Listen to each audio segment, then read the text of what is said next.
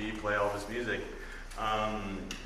So before each piece, I'll sort of be coming out here to give you a bit of a background on each of these pieces, so you kind of like know what you expect to hear, sort of like, you know, the idea of each of the pieces, sort of like what they're about. So this first piece I played was a Sonata in C sharp by Fernande. This piece is one of our most like beloved and popular classical saxophone pieces that a lot of people, is very commonly played. But it's also actually written to be performed on the viola. And there's also a bit of a discourse whether or not it's saxophone first, viola first, or if it was like both written at the same time. But either way, I think it's a very beautiful piece, and I hope you think so too. So the next piece I'll be playing is Violin Partita No. 2 by Johann Sebastian Bach. Unfortunately, the saxophone was not invented before the passing of Johann Sebastian Bach, but you know, we saxophone players really hate being left out, like we so commonly are in a lot of the music that is sort of in the classical sphere. So there's been a lot of like arrangements for saxophone for all these different pieces. So much so that this book is full of a bunch of different arrangements. But today I'll be playing Violin Partita No. 2, specifically the first movement by Johann Sebastian Bach. I hope you enjoy it.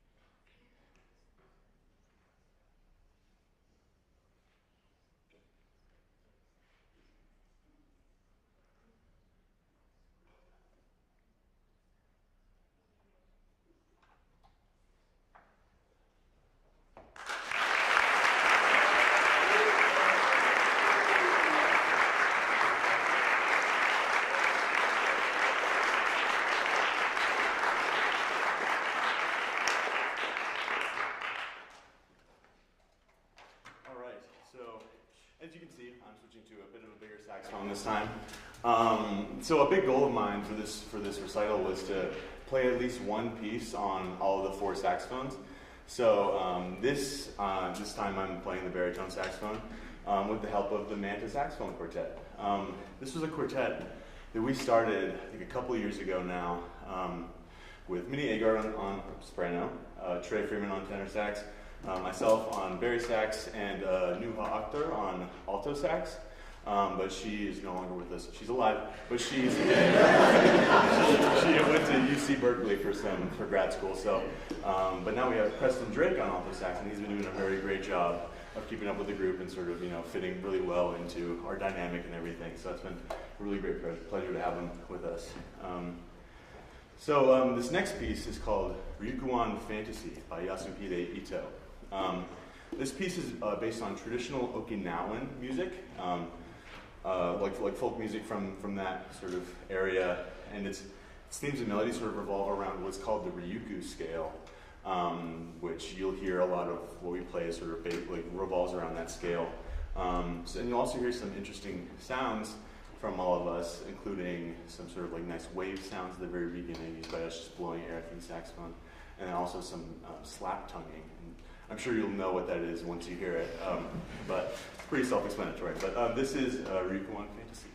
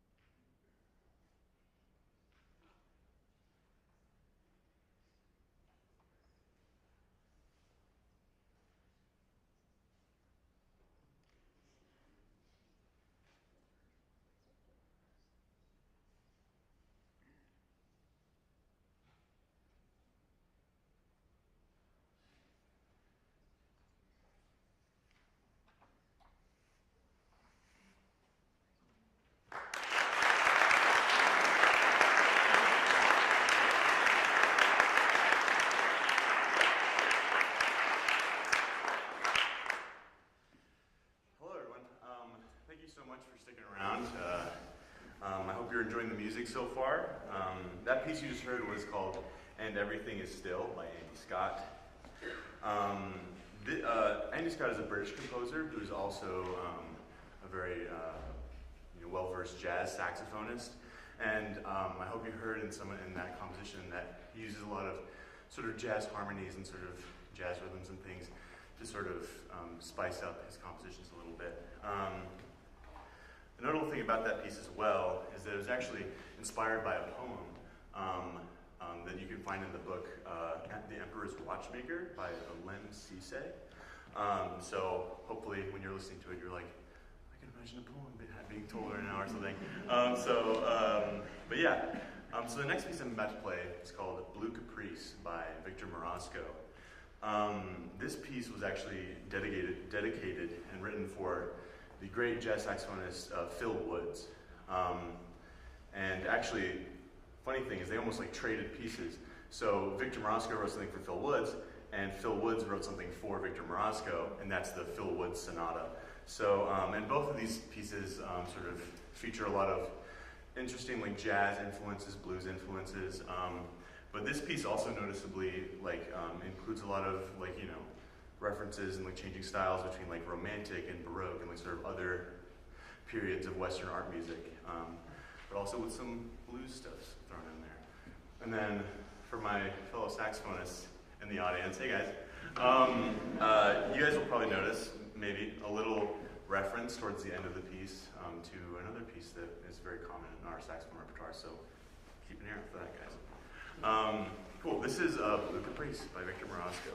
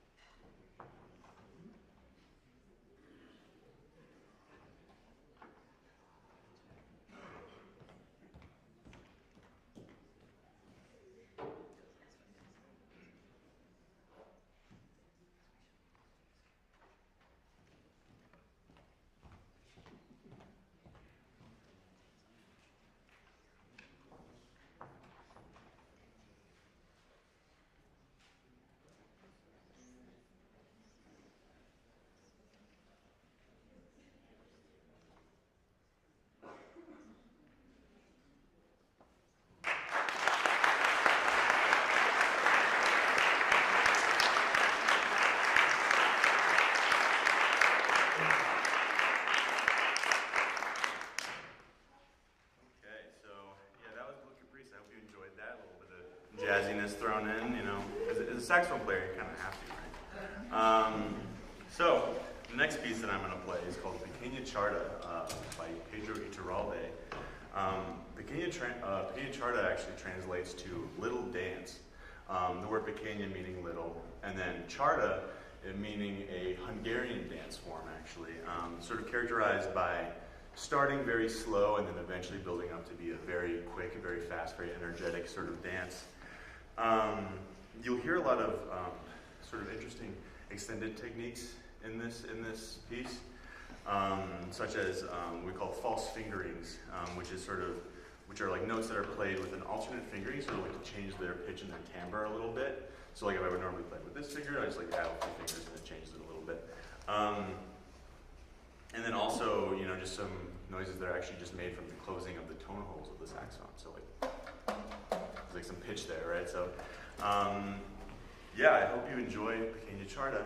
And you know, it says this is the last thing on the program, but actually there's a little bit of a surprise afterwards. So if you want to stick around, I'd really appreciate that. Yeah. So this is Pequeña Charta.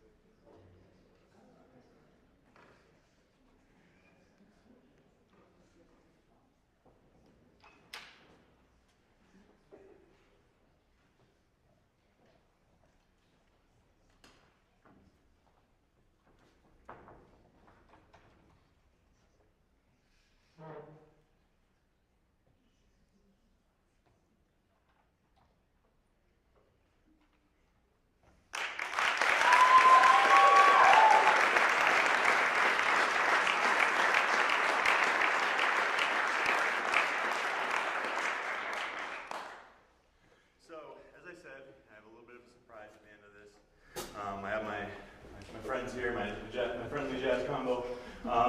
We have Landon Taylor on the drums, Sabrina Thomas on bass, Cindy Titmus on piano. Give them a round of applause.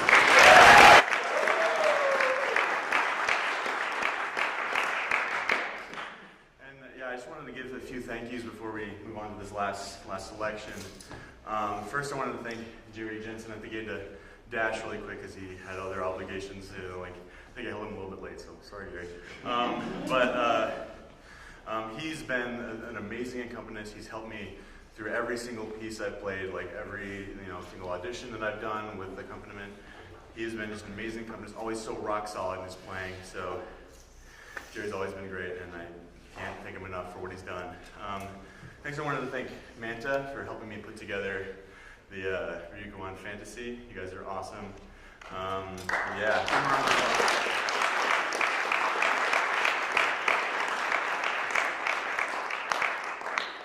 And also, I want to thank them for being some of my greatest spokespeople for this recital, because I'm sure a lot of you that are in WINS probably, have have it memorized exactly the script that they say every time that they would advertise it during Symphonic WINS.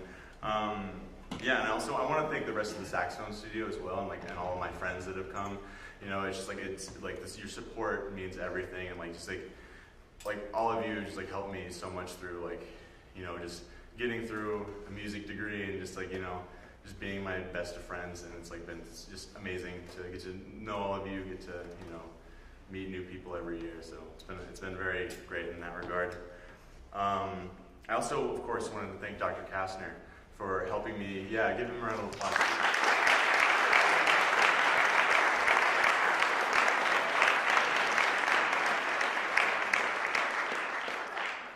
He has taught me so much about saxophone and about classical saxophone music, and he just helped me so much through building great technique, all the things music-wise, and just even life-wise. We've had talks about how to balance all the million things that music majors have to do. So I just wanted to thank him for everything he's done for me and the rest of the Saxophone studio. I also want to thank the rest of my recital committee. So Dr. Ganong and Dr. Moreau for just helping me out through this whole process of getting the recital set up, and just giving me some great tips on how to improve each of the pieces that I've played today. And last but certainly not least, I want to thank my mom for everything that she's done to support me in basically every way you can imagine, physically, mentally, emotionally, financially, any way you can think of. Yeah, that's a big one.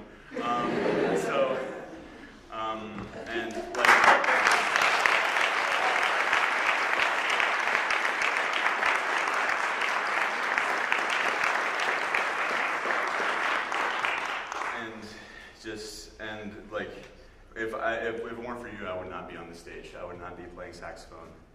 I would not be involved in music. So I want to thank you for that. And actually, this last tune we're going to play is dedicated to you. This song has a very special place in both of our hearts. When I was just a baby, you would sing the song to me whenever I would fall asleep. And it's forever since then has always just been one of my favorite songs of all time, and has always held such a special place in my heart. So thank you, Mom. And yeah, this last piece is Dream a Little Dream of Me. So hope you enjoy.